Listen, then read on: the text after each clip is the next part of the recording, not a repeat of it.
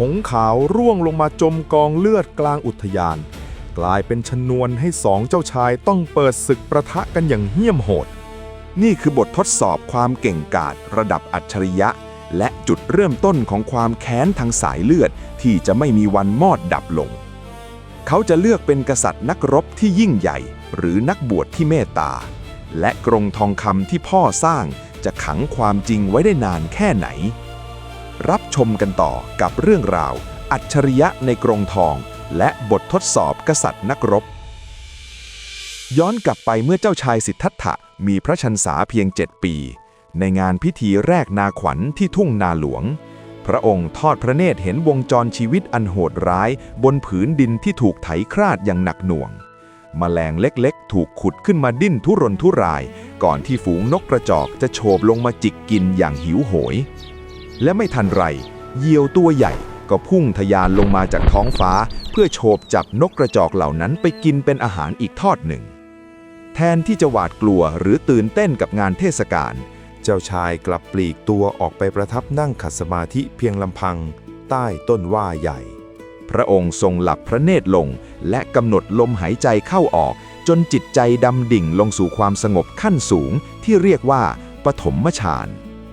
เวลาล่วงเลยผ่านไปหลายชั่วโมงจนดวงอาทิตย์คล้อยต่ำลงสู่ทิศตะวันตก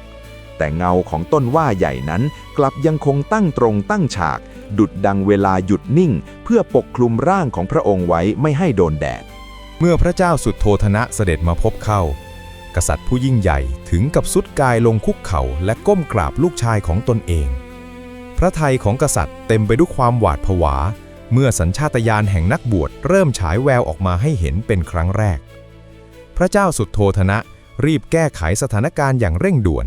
โดยพยายามลบภาพลักษณ์นักบวชนั้นทิ้งเสียกษัตริย์ส่งคนไปเชิญครูวิศวามิตรมหาปราชญ์อันดับหนึ่งของแผ่นดินมาเป็นพระอาจารย์ส่วนพระองค์มหาปราชญ์ชรานำคัมภีร์ดาราศาสตร์และคณิตศาสตร์ขั้นสูงสุดที่ยากที่สุดในอาณาจักรมาสลักลงบนกระดานชนวนแต่ทว่าเจ้าชายสิทธัตถะในวัยเยาว์เพียงแค่กวาดสายตาจ้องมองอักขระเหล่านั้นเพียงเสี้ยววินาทีพระองค์ทรงตั้งคำถามย้อนกลับไปถึงรากฐานของทฤษฎีจนมหาปราชญ์ผู้ผ่านโลกมานานถึงกับสะดุ้งสุดตัว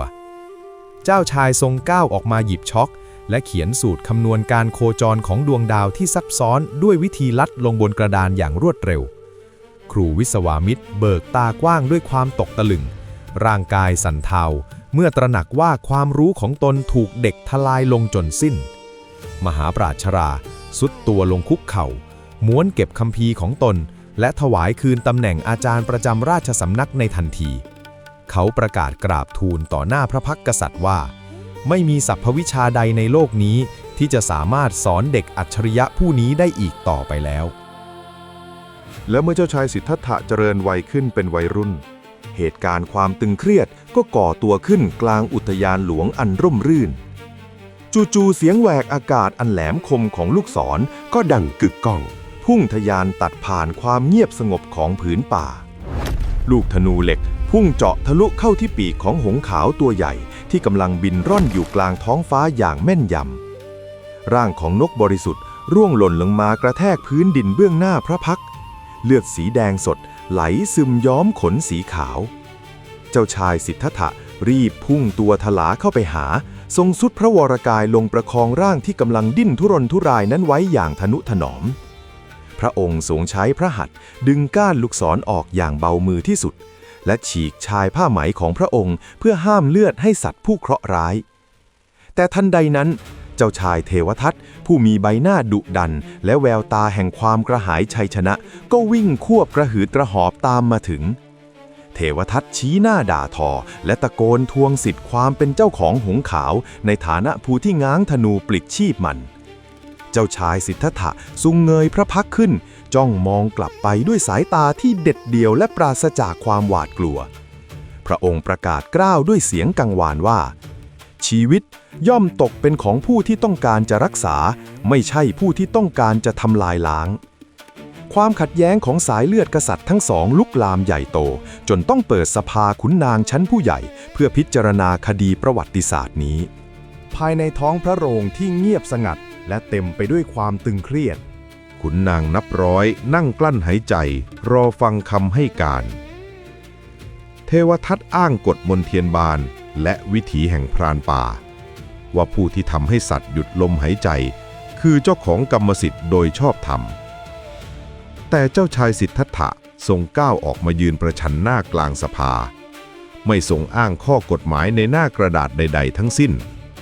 พระองค์ทรงใช้เพียงสัจธรรมแห่งความเมตตาเปล่งวาจาสั่นสะเทือนวิญญาณของผู้ฟังทุกคนในท้องพระโรงพระองค์ทรงตั้งคำถามว่าหากชีวิตเป็นสิ่งมีค่าที่สุดทำไมอำนาจแห่งการทำลายจึงมีสิทธิ์เหนืออำนาจแห่งการเยียวยาสิ้นสุดคำกล่าวตระหนักรู้ของมหาบุรุษหัวหน้าขุนนางผู้เฒ่าถึงกับหลั่งน้ำตาและทุบโต๊ะประกาศคำพิพากษาชี้ขาดสภาขุนนางมีมติเป็นเอกฉันท์มอบสิทธิ์คุ้มครองหงส์ขาวให้แก่เจ้าชายสิทธัตถะผู้พิทักษ์ลมหายใจหงส์ขาวได้รับการรักษาจนหายดีและถูกปล่อยโบยบินกลับคืนสู่อิสรภาพบนท้องฟ้าอันกว้างใหญ่แต่ในขณะเดียวกันภายในมุมมืดของท้องพระโรงเจ้าชายเทวทัตกลับกำหมัดแน่นจนเล็บจิกเข้าเหนือไฟแห่งความอาฆาตแค้นและริษยาได้ถูกจุดประกายขึ้นในใจของเทวทัตและมันจะไม่มีวันดับมอดลงไปตลอดกาลเมื่อวันเวลาล่วงเลยไปเสียงซุบซิบนินทาจากแคว้นใกล้เคียงเริ่มดังหนาหูขึ้นเรื่อยๆกษัตริย์เมืองอื่นต่างปรามาสว่าเจ้าชายสิทธัตถะทรงมีจิตใจอ่อนโยนเกินไปดุจสตรีที่จับแต่คัมภีร์ไม่คู่ควรกับการจับดาบเจ้าสุโธทนะทรงกริ้วจัดจึงรับสั่งให้จัดงานประลองศิลปศาสตร์ครั้งยิ่งใหญ่ที่สุดเพื่อชิงตัวพระนางพิมพาโสธราลานประลองฝุ่นตลบอบอวนเต็มไปด้วยนักรบชายชะกันและเจ้าชายจากแว่นแคว้นต่างๆที่เดินทางมาท้าทายในด่านแรกคู่ต่อสู้ร่างยักษ์พุ่งทะยานเข้ามาพร้อมกับฟาดฟันดาบเล่มใหญ่หมายจะบดขยี้เจ้าชายให้จมดินแต่เจ้าชายสิทธัตถะทรงเบี่ยงพระวรกายหลบหลีกคมดาบนั้นด้วยท่วงท่าที่พลิ้วไหวดุจสายน้ำพระองค์เพียงแค่ขยับตวัดข้อมือใช้สันดาบของตนปัดกระแทกเข้าที่จุดอ่อนของข้อมือศัตรูอย่างแม่นยำดาบเหล็กกล้าของคู่ต่อสู้หลุดกระเด็นลอยเคว้งกลางอากาศก่อนจะร่วงปักลงพื้นดินท่ามกลางความตกตะลึงของฝูงชนด่านที่2ถูกยกระดับความอันตรายขึ้นไปอีกขั้นเมื่อทหารนับ10 นายต้องช่วยกันใช้เชือกลากจูงม้าป่าที่พยศคลั่งลงสู่สนามหมาสีดำทมิฬแผดเสียงร้องคำรามมันดีดดิ้นเตะฝุ่นและพ่นน้ำลายฟูมปากจนไม่มีอัศวินคนใดกล้าเดินเฉียดเข้าใกล้แต่เจ้าชายสิทธัตถะทรงโยนอาวุธทิ้งแล้วก้าวเดินมือเปล่าเข้าไปหาสัตว์ร้ายนั้นด้วยท่าทีที่สงบเยือกเย็นอย่างประหลาดพระองค์ทรงยื่นพระหัตถ์ออกไปสัมผัสและวางทาบลงบนหน้าผากของม้าพยศอย่างนุ่มนวลกระแสพลังแห่งความเมตตาที่แผ่ออกมาทำให้ม้าที่กำลังบ้าคลั่งค่อยๆสงบสติอารมณ์ลงและคุกเข่าหน้าสิโรราบต่อมหาบุรุษและแล้วก็มาถึงบททดสอบสุดท้ายที่เป็นดั่งสัญลักษณ์แห่งความแข็งแกร่งสูงสุดมันคือสหัสถามธนูคันธนูโบราณขนาดมหึมาที่ทำจากไม้ศักดิ์สิทธิ์ซึ่งตามตำนานต้องใช้แรงของชายชะกันนับพันคนจึงจะสามารถง้างมันได้เจ้าชายจากแคว้นอื่นออกแรงดึงสายธนูจนสุดกำลังแต่คันธนูยักษ์นั้นกลับตั้งตระหง่านนิ่งสนิทและไม่ขยับเขยื้อนเมื่อถึงคราวของเจ้าชายสิทธัตถะพระองค์ทรงก้าวเดินออกมาและใช้พระหัตถ์ซ้ายยกคันธนูหนักอึ้งนั้นขึ้นด้วยมือเดียวใช้พระหัตถ์ขวาเกี่ยวสายธนูและออกแรงง้างดึงมันจนสุดช่วงแขนเสียงสายธนูที่ติงจัดลั่นกึกก้องราวกับเสียงฟ้าร้องพระองค์ทรงเล็งเป้าหมายและปล่อยให้ลูกศรพุ่งแหวกอากาศออกไปด้วยความเร็วสูงสุดจนตามองไม่ทัน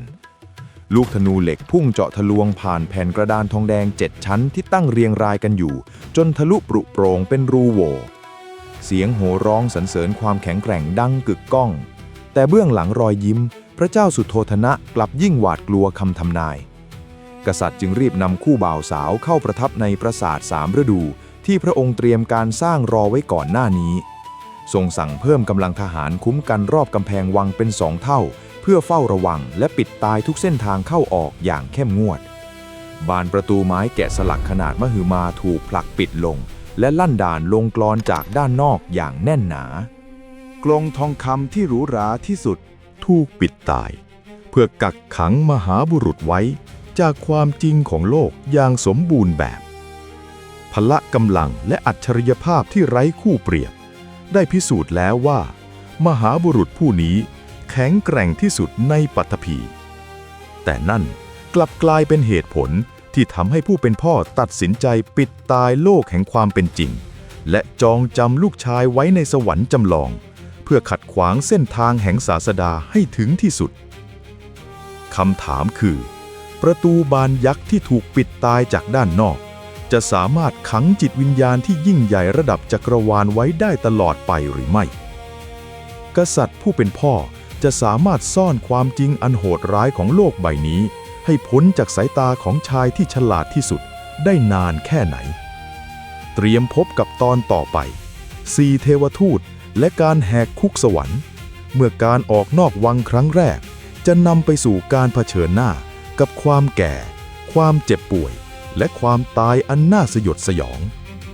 กดไลค์กดแชร์และกดติดตามเพื่อเป็นพยานในคืนแห่งการสละทิ้งที่ยิ่งใหญ่ที่สุดห้ามพลาดเด็ดขาด